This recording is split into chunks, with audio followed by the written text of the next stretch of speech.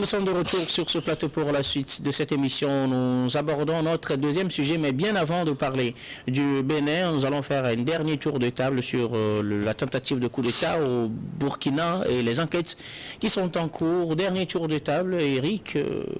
Oui, je voudrais d'abord dire une chose. Lorsqu'on suspend un organe de presse, qu'il soit local ou international, c'est qu'il y a quand même une raison. On incrimine Jeune Afrique tout simplement parce qu'elle a eu à dire que l'armée n'est pas unie, qu'il y a des problèmes au sein de l'armée. Mais lorsqu'on nous présente une situation de tentative de coup d'État... Qui serait la résultante des problèmes au sein de l'armée. Ah oui, s'il n'y avait pas de problème, si l'armée était unie, on n'allait pas venir à cette situation. La deuxième chose, c'est que le capitaine Traoré a promis à ses compatriotes qu'il allait lutter férocement contre les djihadistes et les terroristes qui sont en train de malmener les populations et surtout l'État burkinabé. Mais aujourd'hui, on vit quelle situation? Est-ce qu'il arrive quand même à faire le minimum de tout ce qu'il a promis? Et non, il ne peut pas le faire, tout simplement parce que lui-même, quand il était de l'autre côté, c'est-à-dire quand il était militaire qui combattait sur le front, il a vu que ça ne passait pas. C'est pour ça qu'il a été tenté de faire un coup d'État et il a réussi. Et donc ça veut dire qu'aujourd'hui, au lieu de faire face à cette situation-là, on est en train de chercher à maintenir son pouvoir d'abord. On est en train de chercher à s'installer. Ça fait 1 an. Quelle est la progression de l'armée burkinabé sur le terrain? Vous voyez, en tout cas, des millions ont été reconquis, du matériel a été acquis quand même. Mais ça se passe en interne. Nous parlons de la situation sécuritaire. Parce que c'est pour ça.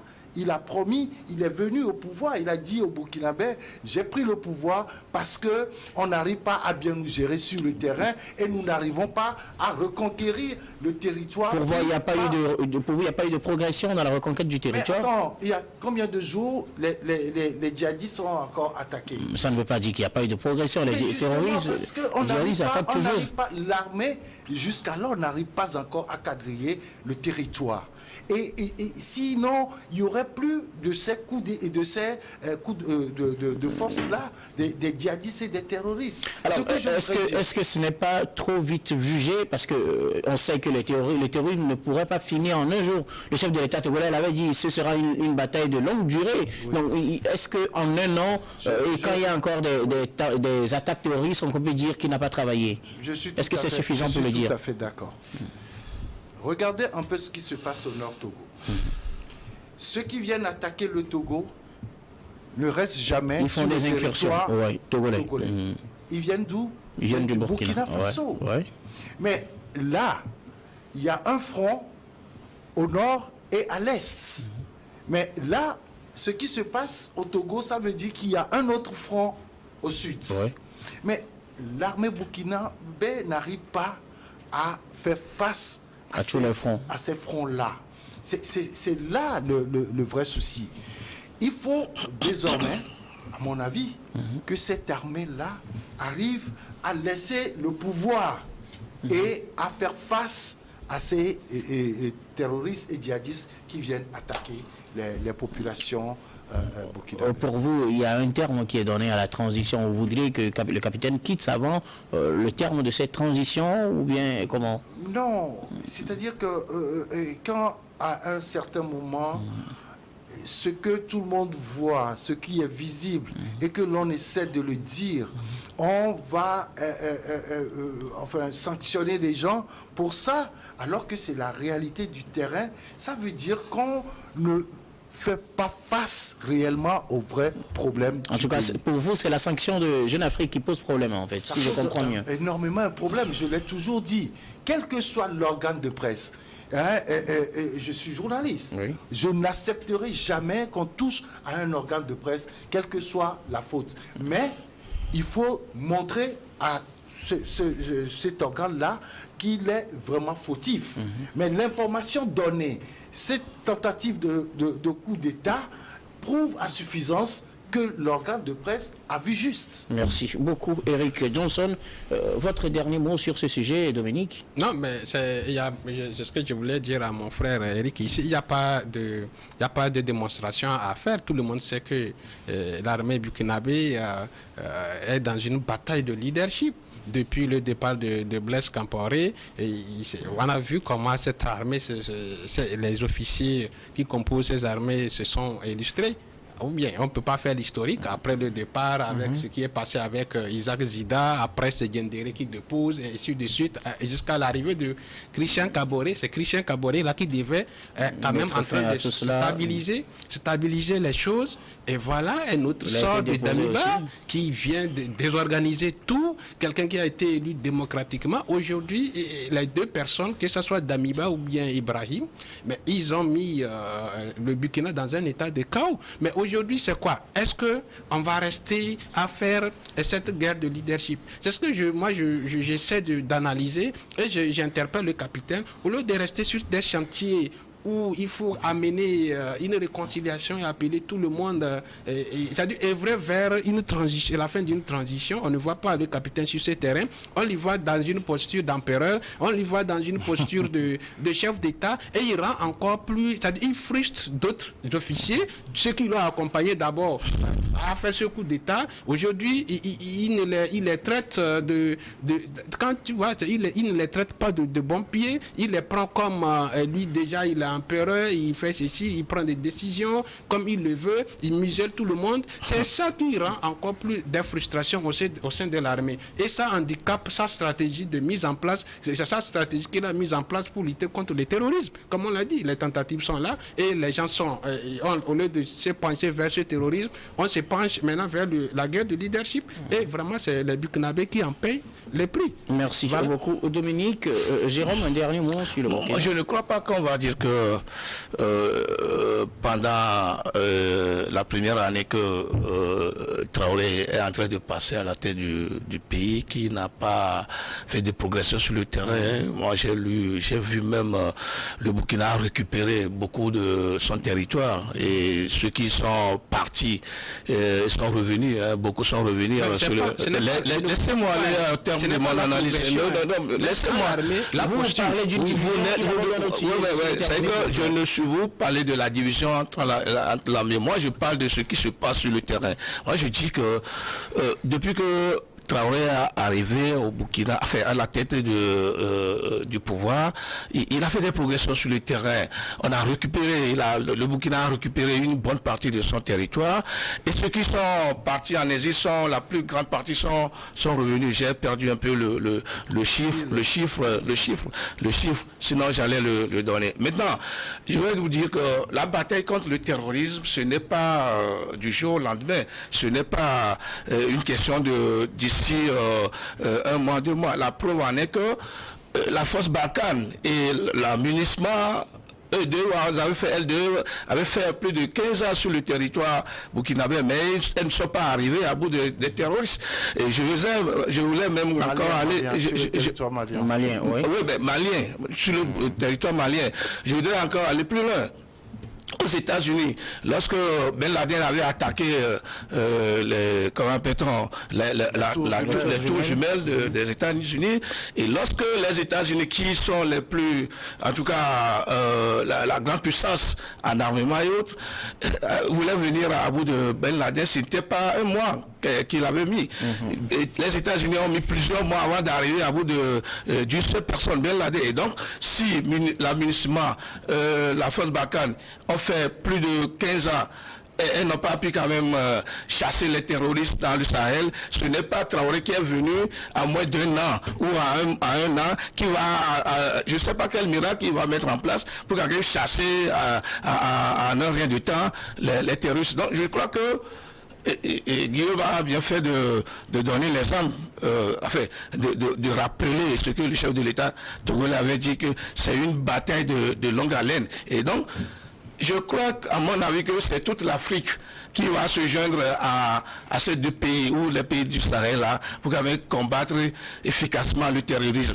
Les terroristes sont déjà arrivés au Togo, ils sont arrivés au Ghana, ils sont arrivés à Côte d'Ivoire, ils sont arrivés au Bénin. Et donc, ce ne serait pas l'affaire d'une seule personne. Et donc, le capitaine, je ne fais pas son avocat, mais je crois que à moins d'un an, il ne pourra rien. Il est en train de faire ce qu'il pouvait faire, et le jour où, bon, il va lui tenter de laisser le pouvoir aux civils. Les civils aussi, en collaboration avec d'autres personnes ou d'autres États qui seul ne peut pas, un civil qui vient au pouvoir ne peut pas, lui seul aussi, si aujourd'hui le capitaine décide de remettre le pouvoir à un civil, est-ce que vous pensez que le civil a pu quand même lutter efficacement contre le terrorisme et chasser les terroristes du Sahel ou du territoire burkinabé? Je ne le crois pas. Donc c'est une affaire de toute l'Afrique, à mon avis. Merci. Je reste avec vous, Jérôme, pour aborder le sujet sur le Bénin. Donc nous quittons le Burkina pour le Bénin. Le gouvernement dément tout projet de base militaire française. Le gouvernement béninois a formellement démenti les allégations selon lesquelles une base militaire française serait en installation au Bénin. Le porte-parole du gouvernement béninois, Wilfried Léandre Ngouedji, a rétorqué que c'est absolument une fausse information. Il n'y a aucune base militaire en construction au Bénin. Il n'y a aucun accord entre le Bénin et la France qui demande qu'une base soit installée ici, disait-il. Il ajoute aussi qu'il n'y a aucun projet en perspective d'accueillir une base ou des troupes qui seraient parties de tel ou tel pays. Ce sont des élucubrations. Voilà la version officielle du Bénin à ce qu'on dit qu'il serait en train d'installer une base militaire française dans l'objectif d'aller attaquer le Niger. Bon, je suis tenté de ne pas croire à la déclaration du ministre des Affaires étrangères. Je crois bien, M. Léandre. Du porte-parole. Du porte-parole, oui, voilà, du porte-parole. Le secrétaire adjoint. Porte-parole du gouvernement. Je suis tenté de ne pas croire à sa déclaration parce que déjà la posture du Bénin dans cette affaire-là, c'est-à-dire au niveau de la CEDEAO contre le Niger, éloigne le Bénin quand même d'avancer tous les arguments possibles pour se mettre à l'abri de ce qu'on lui reproche d'avoir peut-être accepté une base militaire de la France contre le Niger. Je serais d'accord avec le Bénin ou le secrétaire adjoint, M. Ngouedji, si le Bénin n'est pas impliqué ouvertement, ou si le président béninois, M. Patrice Talon, n'est pas, ne se bat pas, en tout cas pour faire la guerre ou pour déclarer la guerre aux militaires qui sont au pouvoir au Niger. Je serais d'accord avec eux. Maintenant que et le Bénin et le Sénégal et la Côte d'Ivoire, eux trois font, je ne sais pas comment les caricaturer, font bloc et ont fait déclaration ouverte pour aller faire la guerre contre les militaires au pouvoir au Niger. Tous les arguments que le Bénin va avancer, je serais tenté de ne pas croire à ça. Est-ce que l'analyse ne serait pas biaisée si on se base juste sur ce fait pour dire que forcément le Bénin... Non, du tout. Guillaume, dis-toi. Laissez-moi. Est-ce que dire qu'on est partant pour aller contraindre les militaires au pouvoir au Niger à quitter est synonyme de vouloir installer une base française? Mais c'est possible puisque la France sous-entend leur allié. Leur allié qui, en tout cas... Ils ont la même position. La même position. Et pour lesquels même, les trois pays-là voulaient quand même satisfaire. En tout cas, mon analyse de la chose. Si telle est la question, je ne pense pas que le Bénin pouvait quand même donner des arguments assez solides qui pouvaient quand même le protéger contre cette déclaration. Quelle que soit la version, je suis tenté de ne pas croire à cela. Je me dis, vous êtes devant moi. Je vous ai dit que à la sortie, je vais vous mettre un coup d'eau dans les côtes, dans le ventre. Et bon, bizarrement, nous sommes sortis, que moi je suis passé par un autre chemin et que on ne sait pas ce qui s'était passé par coïncidence. Quelqu'un vous a mis le couteau dans le ventre. On va dire que quoi? Puisque j'ai fait la déclaration ouvertement. Mais la première des choses à dire, c'est tu vas porter plainte contre moi. Oui, mais est-ce que quelque part, il se fait que ce ne soit pas vous aussi que ce soit... Oui, c'est ce que j'ai dit, c'est ce que j'ai dit. En attendant, c'est pour ça que je dis, je suis tenté de ne pas croire à cette version-là. Et moi, si le Bénin pouvait quand même donner beaucoup plus d'arguments, beaucoup plus de preuves qui quand même vont le protéger, là, je vais le croire. Mais maintenant, avec cette déclaration, en tout cas pour moi, superficielle, ça ne peut pas me convaincre. Et je suis tenté de ne pas croire au secrétaire adjoint porte-parole du gouvernement. Je ne peux pas croire au Bénin dans cette histoire-là. Sauf que on me donne les preuves contraires de mon argument.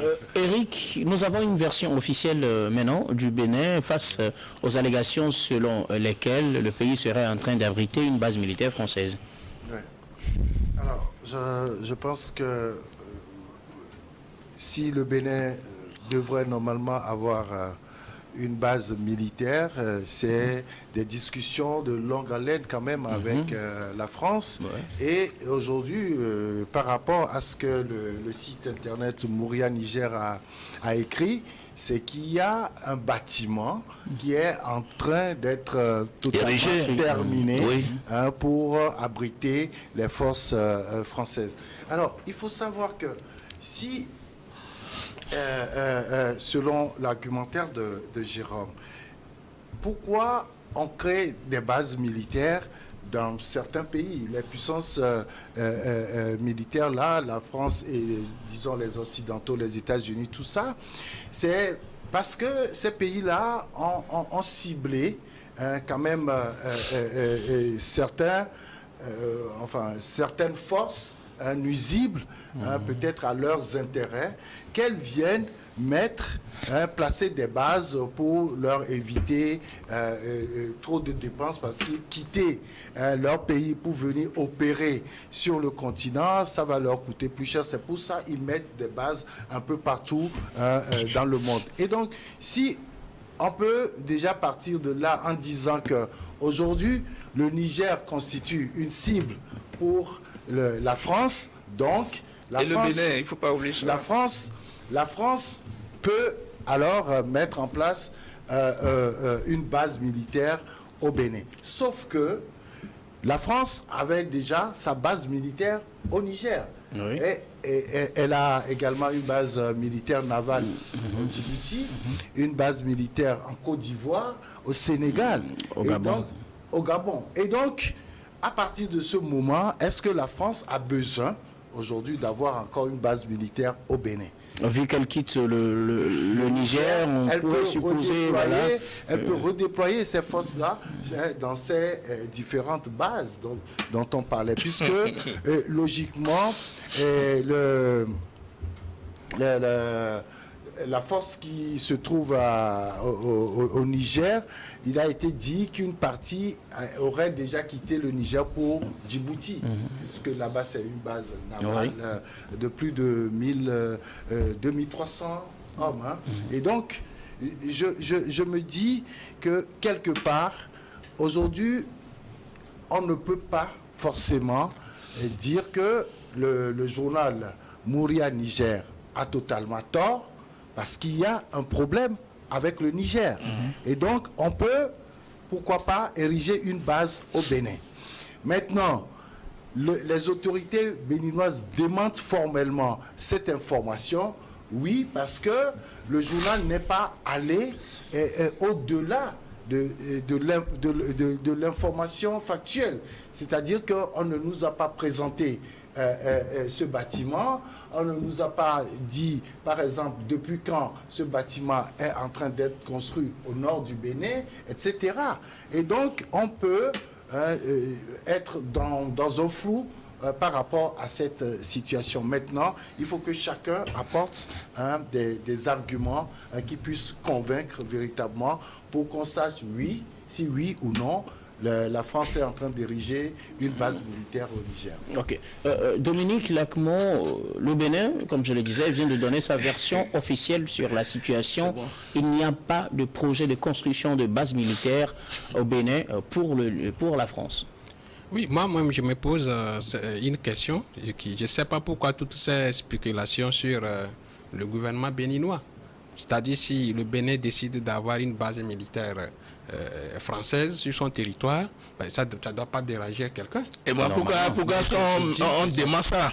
Non, si ça ne veut pas déranger, pourquoi est-ce qu'on demande? Oui, le Bénin demande parce que c'est une information venant d'une source qui n'est pas une source opportune pour que ça donne une alors là, il ne devrait pas se plaindre. Et quand on parle du journal Niger, un journal qui est proche des putschistes qui sont arrivés au Niger, aujourd'hui, il donne une déclaration conforme d'un gouvernement que le gouvernement aurait acquis une base militaire française. Aujourd'hui, ils sont dans leur rôle de toute façon, mais moi, c'est la France qui décide de mettre en place une base militaire dans un pays. Et maintenant, après, il faut un accord. Oui, un accord entre les deux pays. Je pense que c'est le gouvernement béninois est dans son rôle de dire non, nous n'avons pas cette information et nous n'avons rien entrepris par rapport à ça. Les faits, pourquoi c'est là? Pourquoi cette spéculation?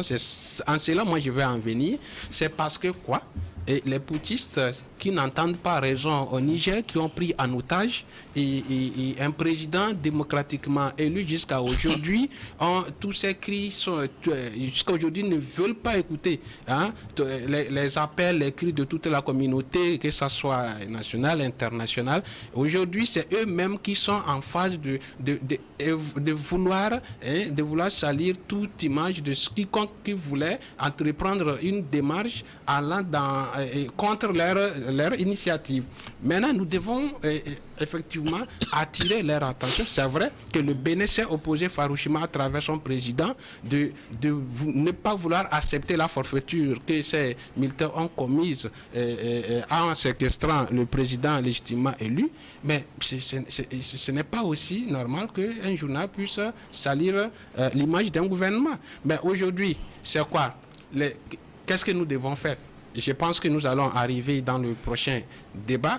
Qu'est-ce qu'il faut faire pour que ces militaires qui ont séquestré le président au Niger et qui ont peur des interventions, c'est la peur de cette intervention qu'ils sont en train d'accuser le voisin béninois. Et c'est vrai, moi je suis contre une intervention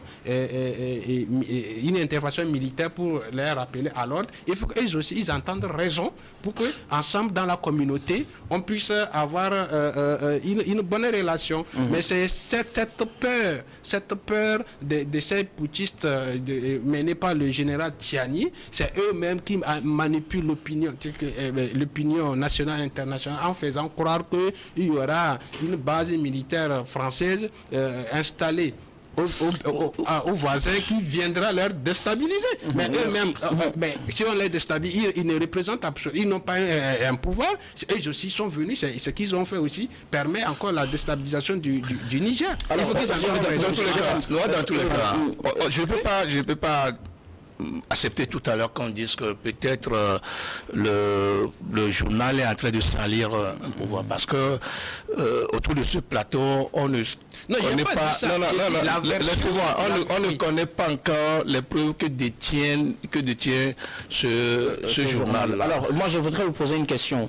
On sait que les relations se sont renforcées. Il y a de cela quelques mois entre le Bénin et la France dans le cadre de la lutte contre le terrorisme. Le Bénin avait diversifié ses partenaires. Il avait fait entre-temps appel même au Rwanda, ainsi de suite. Je pense que c'était en avril. Ils ont renforcé en tout cas la coopération avec la France pour pouvoir lutter contre le terrorisme. Est-ce qu'on n'est pas en train de confondre peut-être cette relation-là, ce renforcement des relations avec une idée de création d'une base militaire? Alors là, le Bénin est en train de prêter le flanc. Puisque ça s'est fait bien le cas de moi avant le l'État qui n'a eu lieu. Mais je suis parfaitement d'accord avec vous. Mais si tel est le cas, le cas, je ne pense pas que le Bénin quand même pourrait justement le secrétaire adjoint porte-parole du gouvernement pourrait quand même tomber à ce niveau en répondant, en voulant quand même justifier le contraire de ce que le journal est en train de dire.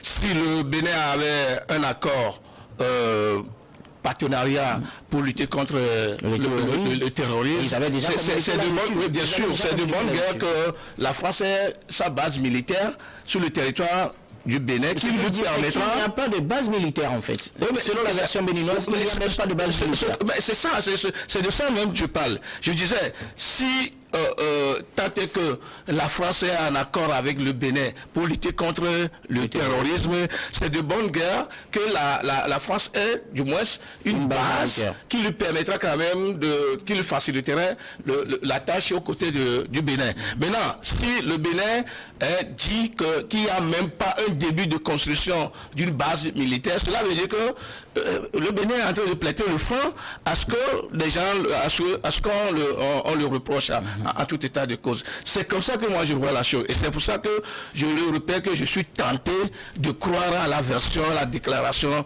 du porte-parole béninois. Okay. Ou alors qu'ils reviennent ravaler en fait sa déclaration pour dire que nous sommes en accord avec la France pour lutter contre le terrorisme. C'est le bâtiment que nous sommes en train d'ériger et là on comprendrait. Maintenant, s'il faut dire que on n'a rien entrepris, il n'y a rien entre la France et nous, alors qu'en réalité ils ont déjà signé un accord pour lutter contre et maintenant prêter le flanc dans ce que le journal a écrit, je me dis que le Bénin se reproche de quelque chose. Eric, selon vous, est-ce que le Bénin doit se reprocher quelque chose ou bien se reprocherait quelque chose à travers cette déclaration? Est-ce que quelque part on n'est pas en train de confondre, je fais juste des suppositions, on n'est pas en train de confondre par exemple la coopération militaire qui devrait permettre normalement, ou bien l'appui de la France qui devrait permettre au Bénin de lutter contre le terrorisme et ce qu'on appelle aujourd'hui l'idée de construction d'une base militaire? Alors, je ne pense pas que le Bénin ait forcément besoin d'une base militaire, d'une base militaire française pour se faire aider par la France pour lutter contre le terrorisme. À mon avis, il y a des instructeurs béninois et belges, américains également, qui étaient en mission au Bénin pour former les militaires béninois, surtout dans le cadre de cette lutte contre le terrorisme.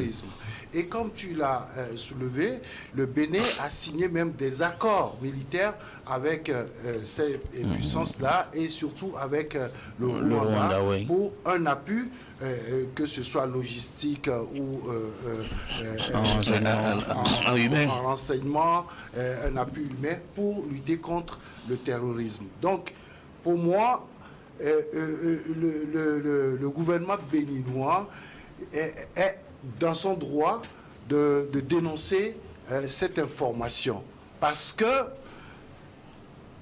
il a fait l'essentiel pour aller vers la lutte à proprement dite contre le terrorisme. Donc, le Bénin n'a pas besoin forcément d'une base militaire pour lutter contre le terrorisme. Maintenant, quand on dit que parce que la France a des problèmes avec le Niger, le Bénin soutient la France les ventes en guerre de la CEDEAO pour